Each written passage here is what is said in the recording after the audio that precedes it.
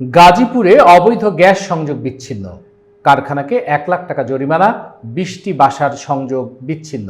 বিস্তারিত থাকছে M A আজিজের প্রতিবেদনে। গাজীপুর মহানগরীর ১৯ নম্বর ওয়ার্ডের দক্ষিণ সালনা এলাকায় অবৈধ গ্যাস সংযোগ বিচ্ছিন্ন অভিযান পরিচালনা করেছে Titas gas transmission and distribution কোম্পানির জয়দেবপুর জোন। দীর্ঘদিন ধরে এমকে সোয়েটার কারখানা অবৈধভাবে গ্যাস ব্যবহার করছে এমন সংবাদের ভিত্তিতে বুধবার দুপুরে অভিযান পরিচালিত হয়। অভিযানে কারখানা অবৈধ সংযোগ বিচ্ছিন্ন করে রাইজার খুলে দেওয়া হয় এবং কারখানা মালিককে ১ লাখ টাকা জরিমানা করা হয়। এছাড়া ২০টি বাসাবাড়ির অবৈধ সংযোগ বিচ্ছিন্ন করা হয়। অভিযানে নেতৃত্ব দেন জ্বালানি ও খনিজ সম্পদ বিভাগের নির্বাহী ম্যাজিস্ট্রেট মিল্টন রায়। অভিযানে আরও উপস্থিত ছিলেন Titas gas transmission and distribution company Joydebpur জোনের ডেপুটি ম্যানেজার প্রকৌশলী জাবে নুরানি। সিএনজি চালকদের বিক্ষোভে ২ ঘন্টা সড়ক অবরোধ।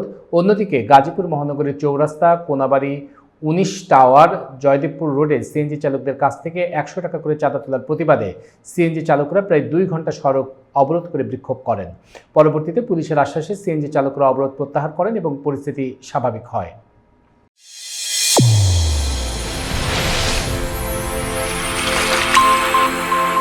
চ্যানেল A1 হৃদয়ের